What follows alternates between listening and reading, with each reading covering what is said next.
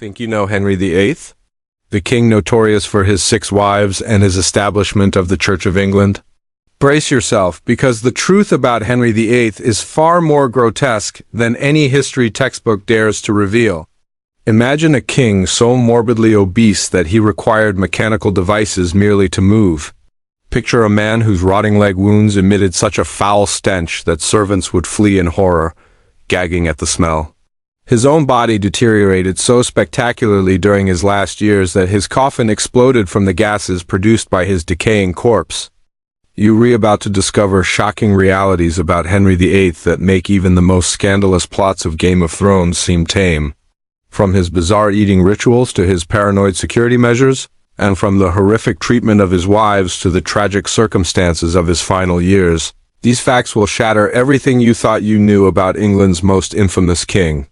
Let's begin with the most shocking truth. By the end of his lifeblood, Henry was practically a walking corpse. His waist ballooned to a staggering 54 inches larger than the average person's height, and he tipped the scales around 400 pounds at a time when the average man weighed about 140. But the horror didn't stop there. His legs were mired in festering, open wounds that never healed. These were no minor cuts. We're talking about massive ulcers that oozed with pus and decaying flesh continuously. The stench was so overpowering that courtiers had to cover their faces with perfumed handkerchiefs just to approach him. Accounts claim that the odor could be detected from several rooms away. Servants drew straws, fighting for the honor of helping to dress him. Proximity to those wounds was considered a form of punishment, and it gets worse. Modern medical experts surmise that Henry suffered a severe traumatic brain injury from a jousting accident in 1536. This was more than a simple bump on the head. He was unconscious for 2 hours, a terrifying length of time in medieval terms. The injury likely caused profound changes in his personality, explaining his transformation from a relatively normal young king into a paranoid, rage-filled tyrant. Unbeknownst to many, Henry may have also suffered from Cushing's syndrome, which would account for his dramatic weight gain, volatile mood swings, and those horrific leg ulcers that never seemed to heal. His own doctors feared for their lives, too terrified to suggest he might be gravely ill. Criticizing the king's health could be considered treason. By his final years, the man who claimed divine right to rule could scarcely control his bodily functions. Royal attendants were forced to carry special chairs whenever he relocated because he could barely move without risking an accident. This was the same king who would execute individuals for merely gazing at him the wrong way. Now, let us talk about how the wives fared under Henry's reign, a horror story all its own. While it is well known that Henry VIII had 6 wives, and that he executed 2 of them, the reality of their suffering goes far beyond beheading. We read delving into a realm of psychological torment that would make even the most twisted modern serial killers shudder. Take Anne Boleyn, for instance. Before her execution, Henry crafted an elaborate frame-up, torturing her own musician into confessing to an affair with her. But the truly sinister aspect? He forced Anne to witness the executions of 5 men, including her brother, who were falsely accused of being her lovers. She had to stand there, fully aware that she was next, as innocent lives were extinguished, all due to her husband's paranoid delusions. Catherine Howard's situation was even worse. Merely a teenager when she married Henry, she faced execution after he discovered her past relationships.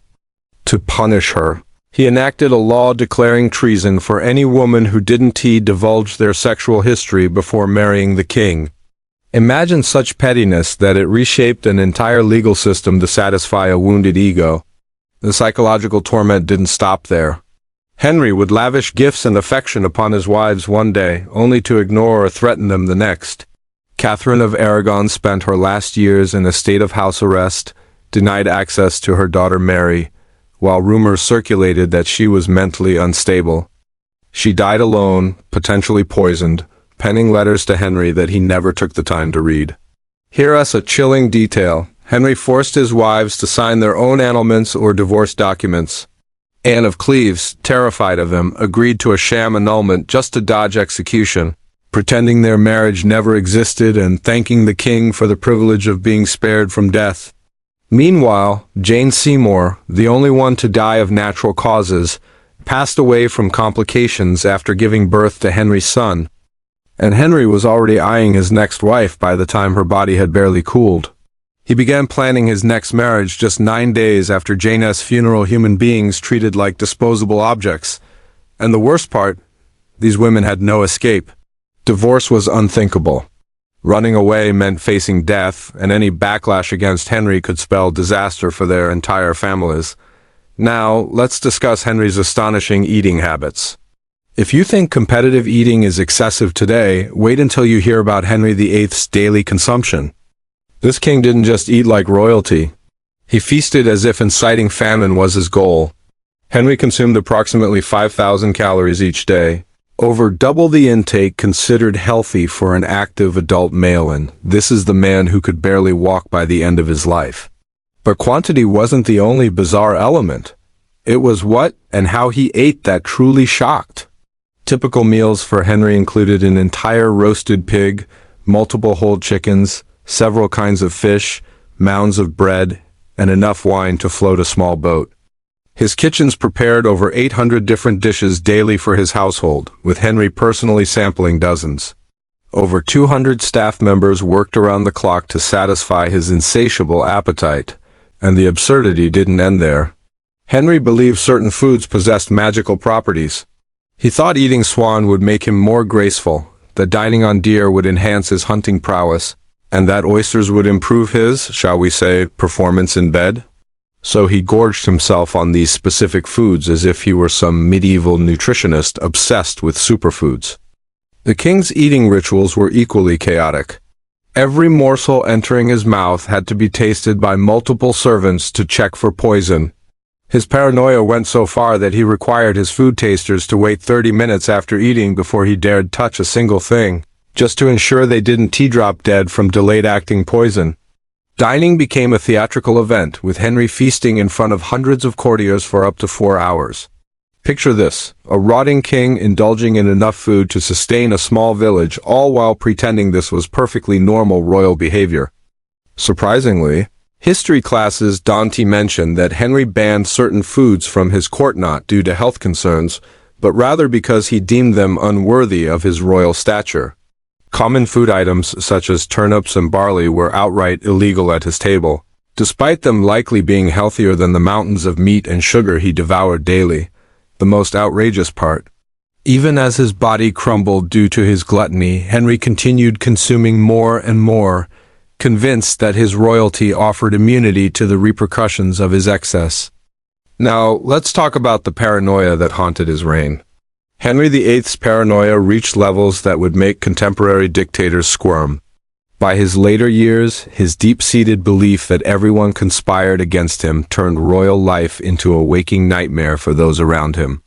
Henry's sleeping arrangements epitomized his fear. He kept loaded crossbows by his bed and stashed multiple daggers under his pillow, accompanied by armed guards who watched over him as he slept. Imagine being so terrified of assassination that you couldn't even close your eyes without armed witnesses nearby. The palace morphed into a fortress of fear, with Henry ordering secret passageways to be constructed throughout his residences, not for romance or convenience, but so he could slip away from potential assassins. He installed peepholes in walls for spying on his courtiers and hidden listening devices in meeting rooms to eavesdrop on private conversations. His paranoia escalated to the point where he created a sprawling network of spies, tasked with surveilling his other spies. Informants were monitoring informants, forging a twisted web of mistrust that made it impossible for anyone to know who they could rely on. Court life devolved into a psychological horror show where uttering an inappropriate word could lead to execution. Even the paranoia over food reached laughable extremes. Not only did he employ multiple tasters, but he insisted that meals be prepared in completely sealed kitchens under constant guard. The salt, spices, and water had all to be verified by various individuals. Dining became a high-stakes military operation. Henry's fears extended to his own children. He feared betrayal from his daughters, Princess Mary and Princess Elizabeth, and had spies watching over them as if they were enemy agents in their own home. His paranoia grew so extreme that he executed people for crimes they hadn't committed, yet killing individuals based merely on dreams of betrayal or suggestions of disloyalty. The Tower of London remained brimming with people imprisoned for the crime of merely existing near Henry during his frenzied episodes. The most chilling aspect? Henry's paranoia spread like wildfire, infecting his court. Nobles began spying on one another. Servants betrayed their masters for imagined rewards, while everyone lived in constant fear of becoming the next victim of the king's deluded suspicions. And you might think the chaos would cease with Henry's death, but you'd be wrong. This king was so committed to creating a legacy of disaster that even in death, his body caused utter mayhem. In his final weeks, Henry's immense size rendered him immobile. His servants had to transport him in a specially designed chair with pulleys and wheels, while his infected leg wounds spilled rotting flesh with every movement. Servants followed close behind, cleaning up the pieces of their decomposing king as he moved through the palace. His death scene resembled something straight out of a horror movie. Henry's body became grotesquely swollen, his skin stretched tight and shiny. The foul odor so horrified even his doctors, accustomed to medieval medical horrors, that they had to step outside to vomit. When he finally passed away, no one dared approach his body closely enough to confirm his death. And here's where it gets even more revolting. Henry's bloated corpse generated such internal gases that his coffin required reinforcement. They wrapped his body in lead sheets and sealed it within multiple wooden boxes, confident that this would contain the mess they anticipated. They were sorely mistaken.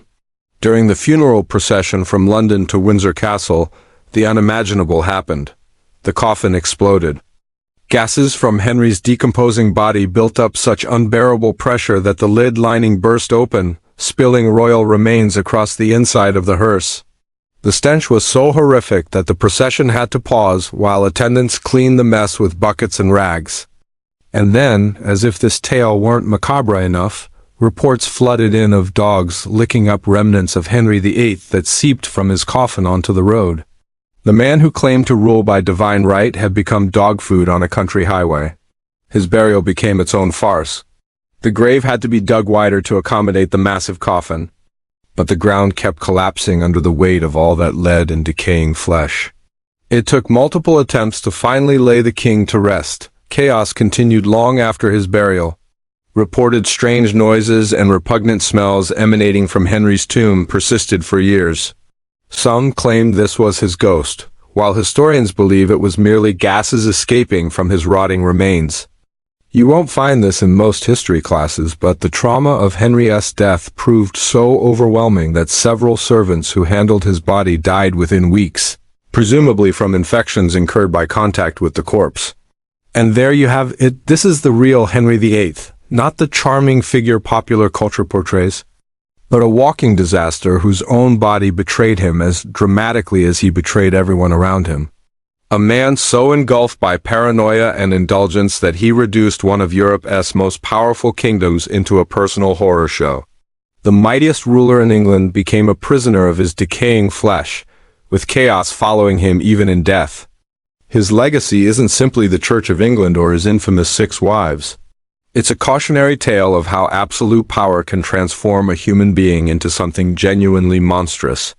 If these disturbing royal truths have made you reconsider everything you thought you knew about history, perhaps it's time to hit that subscribe button. There are plenty more horrifying realities that textbooks conveniently overlook, and trust me, you haven't heard anything yet?